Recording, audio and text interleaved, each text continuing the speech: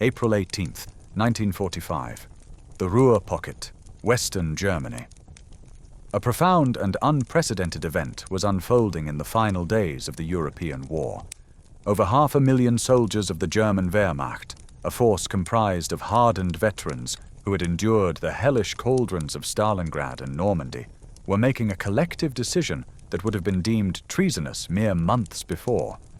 They were surrendering en masse to the advancing American armies. This was not a retreat to fight another day, nor a tactical surrender after a hard-fought last stand. It was a wholesale laying down of arms, a conscious choice to abandon their cause. The instrument of their defeat was not merely the superior firepower of the United States, though that was formidable. It was something far more psychologically devastating and operationally absolute. The Americans had perfected a methodology of warfare so systematic, so integrated, and so relentless that it rendered continued resistance not just futile, but fundamentally irrational. It made the very concept of battle obsolete. April 4, 1945, 0600 hours, the east bank of the Rhine River. The encirclement, codenamed the Ruhr Pocket, was now complete. Field Marshal Walter Model, a commander known for his defensive acumen, stood in his command post, staring at situation maps that depicted a military impossibility. In a breathtakingly short 12-day offensive, American armored divisions had accomplished what German military science considered operationally unachievable: the complete encirclement of an entire army group. Trapped within a constricting area roughly 50 miles wide were 325,000 combat troops, augmented by support personnel, administrative staff, and stragglers from shattered units, bringing the total number of entrapped souls to over 430,000. While the scale was staggering, it was not the numbers themselves that made this situation unique in the annals of military history. German forces had often been surrounded. At Stalingrad, at Falaise, in countless engagements on the Eastern Front. What distinguished the Ruhr Pocket was the nature of the German response, or more accurately, the lack of one. There were no desperate, fanatical breakout attempts, no orders to fight to the last bullet, no appeals to National Socialist fervor. Instead, over the ensuing 2 weeks, the Western Front would witness the largest organized mass surrender of the war. This event revealed a terrifying truth to the German High Command, a truth more frightening than any bomb or artillery shell. The fighting spirit of the German soldier had been systematically extinguished. The will to resist had been methodically dismantled. The American military termed their revolutionary approach vertical envelopment. Yet this sterile, technical phrase concealed a profound evolution in combined arms warfare, honed over 3 years of brutal experience from the deserts of North Africa to the forests of the Ardennes. Commanders like Major General J. Lawton Collins of the U.S. 7th Corps had refined a doctrine that did not simply overwhelm German positions with brute force. It created a psychological environment where defense became a meaningless, self-destructive act. The men of Army Group B were not inexperienced or cowardly.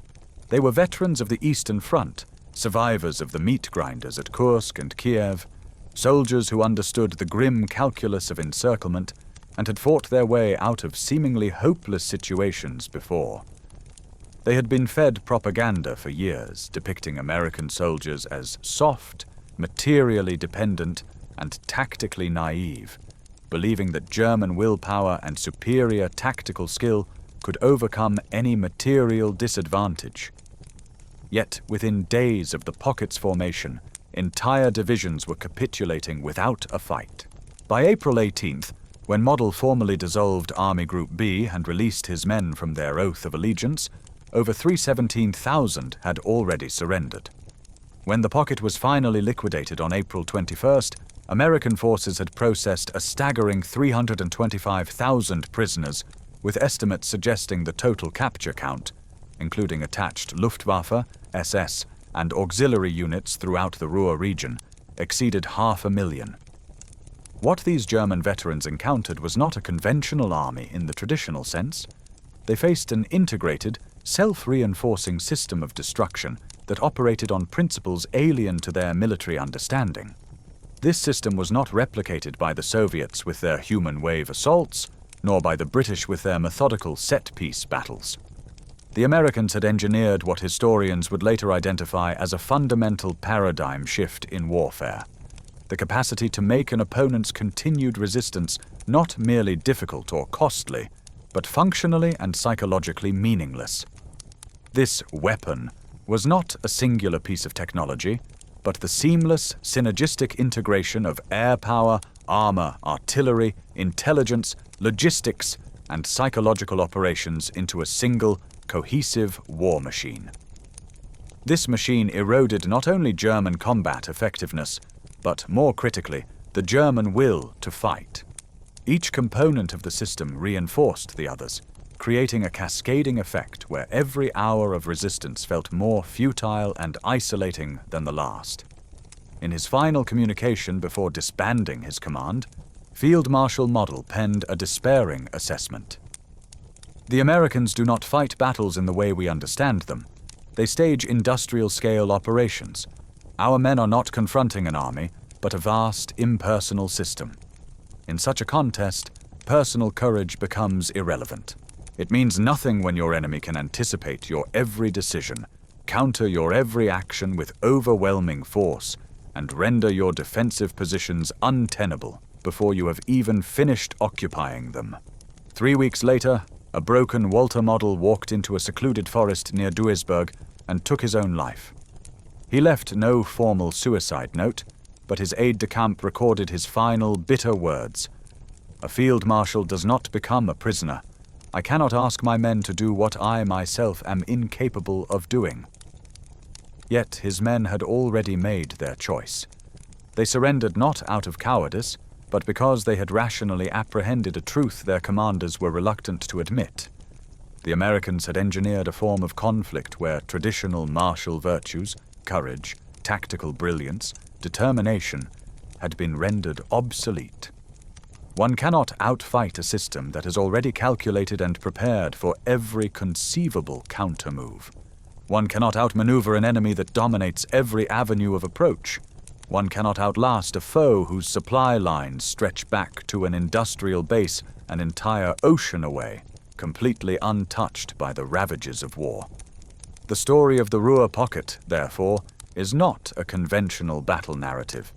It is the story of the moment when industrial-age warfare reached its logical, terrifying apex.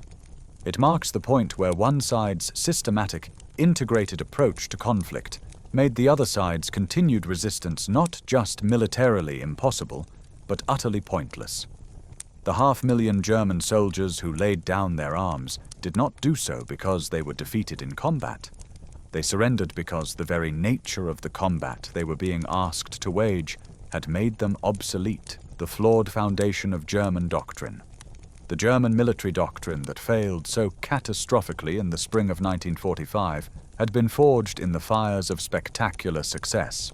For 5 years, the Wehrmacht had overrun much of Europe using a set of principles that proved devastatingly effective against its opponents.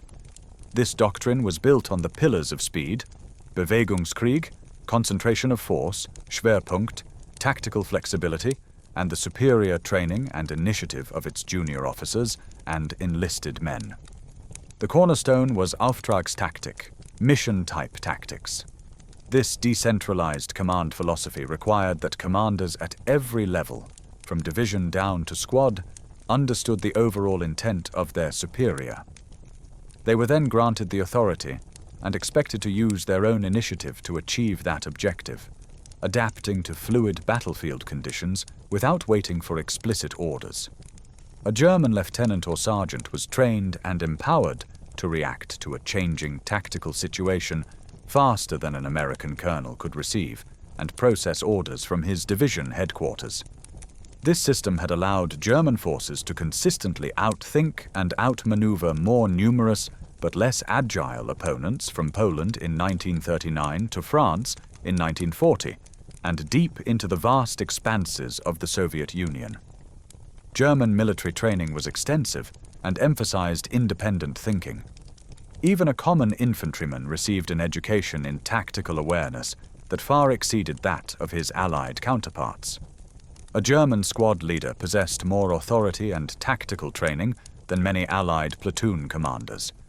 This cultivated a military culture where small, semi-autonomous battle groups could achieve disproportionate results through superior local decision-making and combat skill.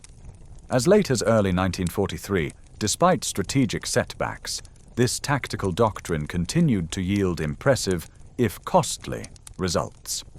At the Kasserine Pass in Tunisia in February 1943, a relatively compact German force under Erwin Rommel handed American units a humiliating defeat in their first major confrontation.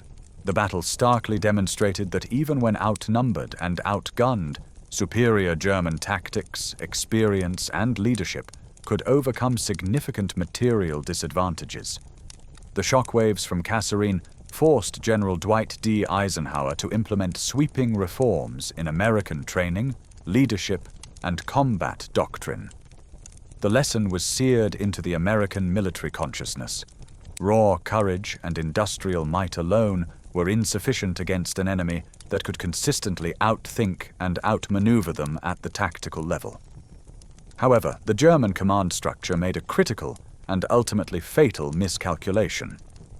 They assumed that warfare would continue to be decided by these tactical-level engagements, where battles were won by better-trained soldiers and junior leaders making superior decisions in individual firefights. They believed that as long as German tactical excellence remained superior, they could indefinitely offset the ever-growing material advantages of the Allies, particularly the Americans. What they failed to comprehend was that the Americans were not trying to beat them at their own game. They were not focused on winning a series of tactical engagements. Instead, they were constructing a vast, integrated operational system designed to make German tactical excellence irrelevant. The Americans were moving the contest to a different plane of warfare entirely. The American transformation. From tactics to system. In the 2 years between the defeat at Kasserine and the crossing of the Rhine in 1945, the United States Army underwent a transformation unparalleled in modern military history. This transformation was not primarily about creating better individual soldiers, though training and leadership did improve markedly. Its core was the creation of an integrated synergistic system where individual tactical decisions mattered less than overwhelming, systematic operational superiority. The sheer scale of American logistics was something the German military mind, conditioned by scarcity, could scarcely conceptualize. By early 1945, American forces in Western Europe were supported by a supply network of mind-boggling efficiency, delivering over 26,000 tons of material daily. Every American division committed to battle had artillery support capable of delivering more high-explosive tonnage in a single hour than an entire German corps could fire in an entire day. Yet, logistics and firepower alone do not explain the psychological collapse in the Ruhr Pocket. The Soviet Red Army also possessed enormous material superiority on the Eastern Front. Yet against the Soviets, German forces continued to fight with a desperate, often fanatical determination, even in strategically hopeless situations. At Budapest, German and Hungarian forces held out for 50 days in a brutal siege that ended in near total annihilation. At Breslau, the garrison fought on for 82 days, continuing resistance even after Hitler's death. The Eastern Front was a fight to the bitter end. Against the Americans in the West, that same stubborn determination evaporated.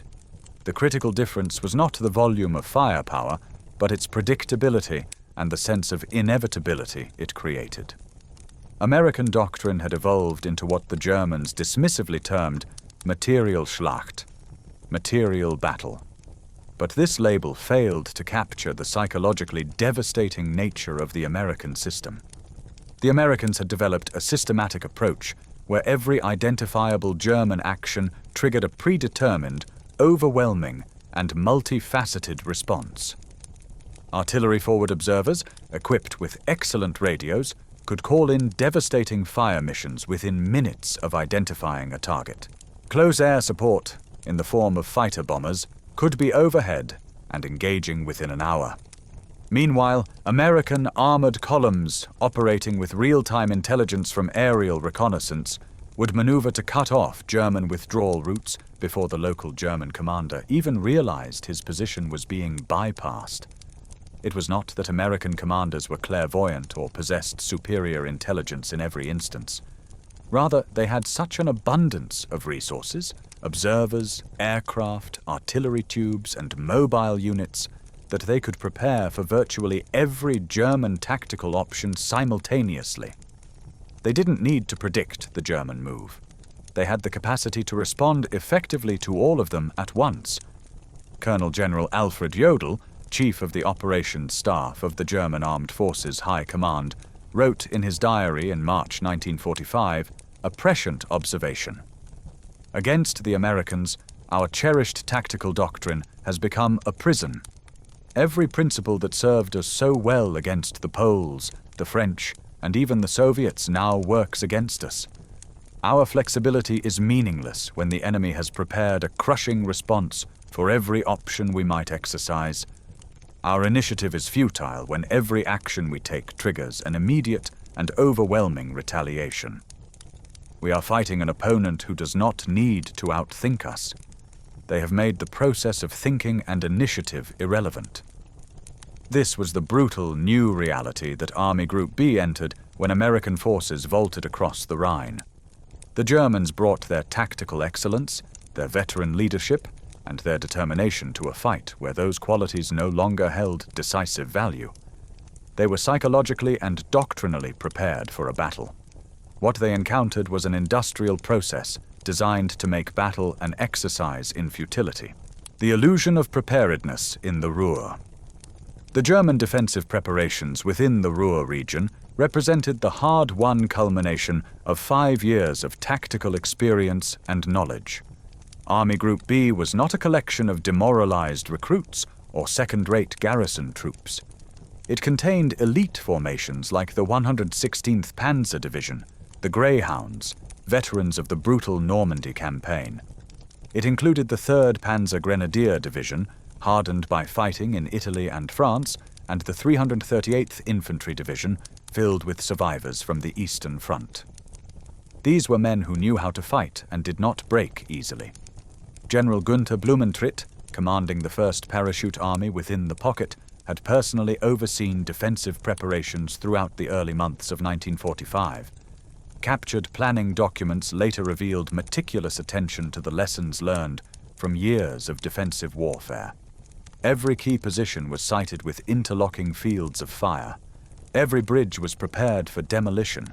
Every major crossroads and likely approach had been pre-registered by artillery. The Ruhr region itself, Germany's industrial heartland, provided a perfect landscape for defensive warfare.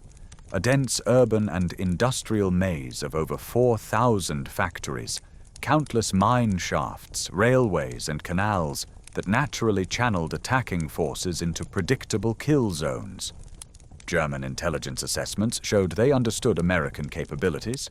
Their doctrine explicitly called for immediate dispersal upon the sighting of American artillery observers. They planned movements for periods of bad weather to mitigate American air superiority. They prepared anti-tank positions in depth, with carefully planned withdrawal routes to avoid being fixed and destroyed.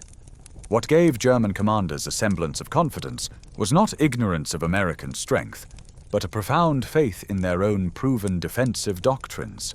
German military manuals, refined through years of brutal combat, posited that a properly prepared defensive position, held by determined troops, could inflict casualty ratios of 3-to-1 or even 5-to-1 against the attacker. The mathematics seemed reassuring. Even with American numerical superiority, attacking into the prepared defenses of the Ruhr should, in theory, produce casualty lists so high as to be politically and militarily unsustainable for the Americans. Lieutenant General Fritz Bayerlin, a veteran of North Africa, Normandy, and the Ardennes offensive, consistently emphasized this principle in his after-action reports.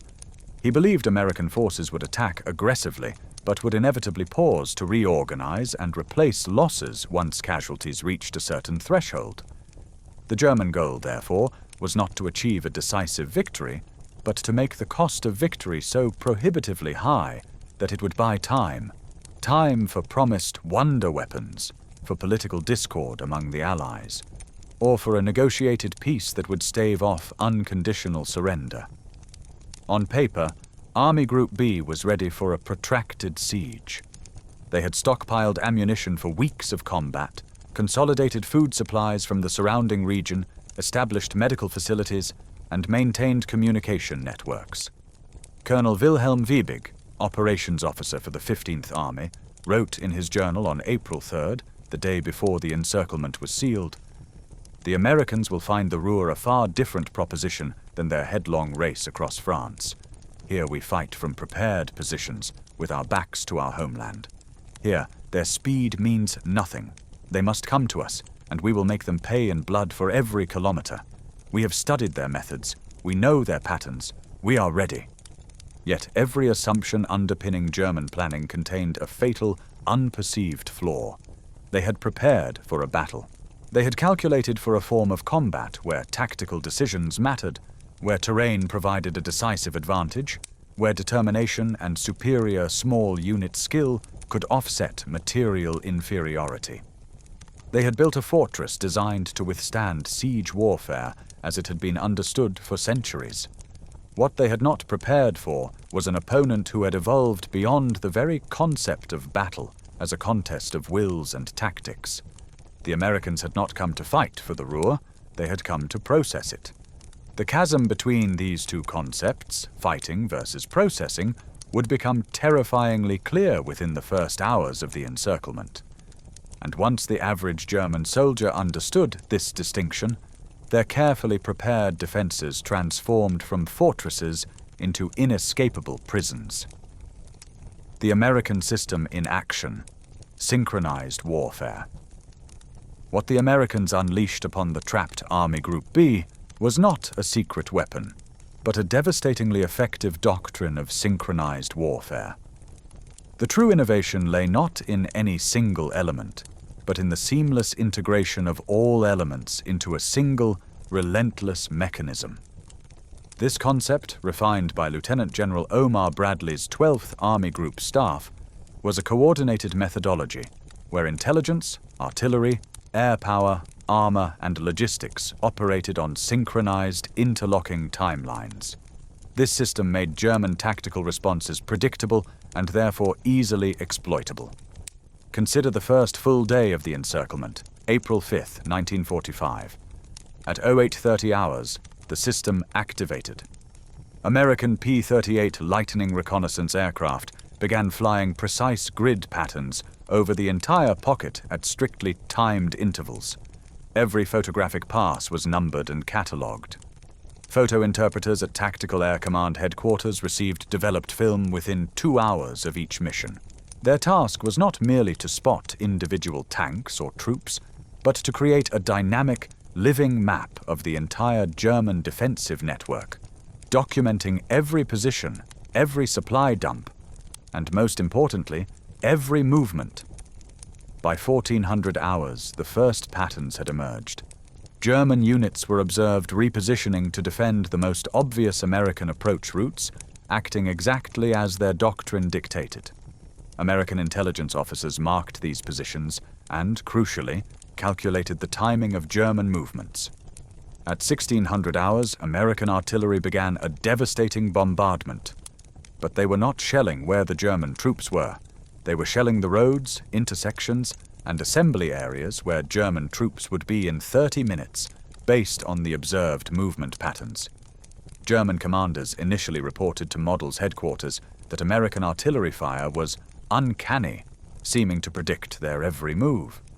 They adapted, changing their movement times and routes. American photo reconnaissance documented these adaptations, and the artillery fire was adjusted accordingly. The psychological impact was immediate and profound. German soldiers felt they were being hunted by an invisible, omniscient foe. The American artillery system, perfected by officers like Colonel Edwin Luther of 7th Corps, employed the time on target (TOT) method with brutal efficiency. When a forward observer identified a target, Luther's fire direction centers could coordinate multiple artillery battalions, often from different divisions, timing their shells from various trajectories to all impact on the target simultaneously. A German unit might hear a single ranging shot, calculate they had several minutes to displace before the main barrage, and begin to move, only to be obliterated seconds later by a cataclysmic storm of steel arriving from half a dozen different directions at once. The scale was incomprehensible to the Germans. The US, 3rd Armored Division alone had artillery support equivalent to what the entire German force in the pocket could deploy. When a corps-level fire mission was called, over 300 guns could speak with one voice. The Germans, by contrast, had roughly 800 artillery pieces in the pocket, but crippling ammunition shortages and relentless American counter-battery fire meant fewer than 200 could be used effectively at any one time. Yet this awesome artillery power was merely the anvil. The hammer was the breathtaking operational tempo of American mobile forces. American armored columns did not waste time and lives in frontal assaults on strong German positions. They bypassed them. Using real-time radio communication and aerial reconnaissance, American commanders identified gaps in the German lines, often within hours of those gaps forming, and exploited them with ruthless speed. The U.S. 2nd Armored Division provided a textbook example on April 7th. Reconnaissance identified a 4-kilometer gap in German lines southeast of Hamm. Within 3 hours, Combat Command A had pushed an entire armored column through the gap, advanced 15 kilometers deep into the German rear, and severed the main supply route for 2 German divisions. The encircled German forces only realized they were cut off when their supply convoys failed to arrive. By then, American forces had established blocking positions too strong to break without a major coordinated counterattack, a maneuver for which the German forces now lacked the fuel, communication, and command cohesion. What made this so psychologically devastating was the tempo. German doctrine prized rapid response, but American operations moved faster than the German decision-making cycle. By the time a German commander identified a threat, communicated orders to his subordinate units, and began to execute a countermove, the American forces had already advanced to the next phase of their operation, rendering the German response obsolete. Lieutenant Karl Göder, operations officer for the 116th Panzer Division, captured this frustration in his journal on April 9th. "We are always responding to situations that have already changed. Our commanders make correct decisions for circumstances that no longer exist. By the time our orders reach the forward units, the Americans have moved again, and the orders are obsolete. We are fighting yesterday's battle, while they are already positioning for tomorrow's." The American system was not infallible. There were still points of fierce German resistance where American units took significant casualties. There were still instances where German tactical skill and local knowledge created temporary American setbacks. But these tactical victories were rendered meaningless within the larger American operational framework. A German company might heroically defend a crossroads for 6 hours, inflicting heavy losses on an American infantry battalion, only to discover that American tanks had already swept around their flanks, cut their supply line, and made their heroic stand a strategic irrelevance. The cascade of collapse. By April 12, 1945, the cumulative pressure triggered a cascade failure within the German command structure. The breaking point was not a single, catastrophic defeat, but the dawning, collective realization that continued resistance served no tactical, operational, or even symbolic purpose. American signals intelligence units, monitoring German radio traffic, documented this collapse in real time. The intercepts revealed a clear and tragic pattern. Initial confidence and aggressive intent from divisional headquarters, followed by growing confusion and requests for clarification, then desperate messages about being cut off and surrounded. and finally, messages of resignation and inquiries about surrender procedures. By April 14th, a new and startling phenomenon emerged. Entire German battalions and regiments began surrendering without American forces even making contact with their positions. German soldiers would simply walk out of their fortified positions, lay down their weapons, and wait by the roadside for the Americans to arrive and process them into captivity. The will to fight had not been broken in combat. It had evaporated. The case of the 9th Panzer Division is illustrative. On April 10th, the division reported full combat readiness with 47 operational tanks and over 4,000 combat-effective troops. Its commander, General Harold von Elverfeldt, issued orders for aggressive counterattacks. Just 3 days later, after fruitlessly attempting to maneuver against the Americans, von Elverfeldt reported to Army Group B, "Every movement draws immediate artillery fire. Every concentration draws air attack. We advance 500 meters, and American armor appears on our flanks. We cannot maneuver. We can only die in place or surrender." On April 15th, von Elverfeldt surrendered his division, which still had 38 operational tanks and ammunition, for 2 more days of combat. In his interrogation, he stated plainly, "I surrendered not because we were defeated, but because fighting had become mere murder. I could achieve nothing except the death of my men." U.S. Army psychiatrists conducting studies on surrendered German troops identified common psychological themes. The soldiers described a profound sense of helplessness and impotence that was qualitatively different from their experiences on the Eastern Front. Against the Soviets, a soldier's individual courage, his skill with a machine gun, or his sergeant's quick thinking could genuinely influence the outcome of a local firefight and ensure survival. Against the Americans, no such individual agency seemed to matter. As one German sergeant told his interrogators, "Against the Russians, a brave man might survive. Against the Americans, bravery just meant you died for nothing." The industrial character of American warfare manifested in ways the Germans found both impressive and demoralizing. American units that suffered casualties received replacements within days. Destroyed or damaged tanks and vehicles were replaced overnight from vast depots. The expenditure of artillery shells that would have constituted a German division's entire allotment for a major offensive was considered a routine day's fire for an American unit. The U.S. 3rd Armored Division fired more artillery shells on a single day, April 13th, than all the German forces in the Ruhr Pocket fired during the entire week. But the most psychologically crushing aspect was the methodical, impersonal inevitability.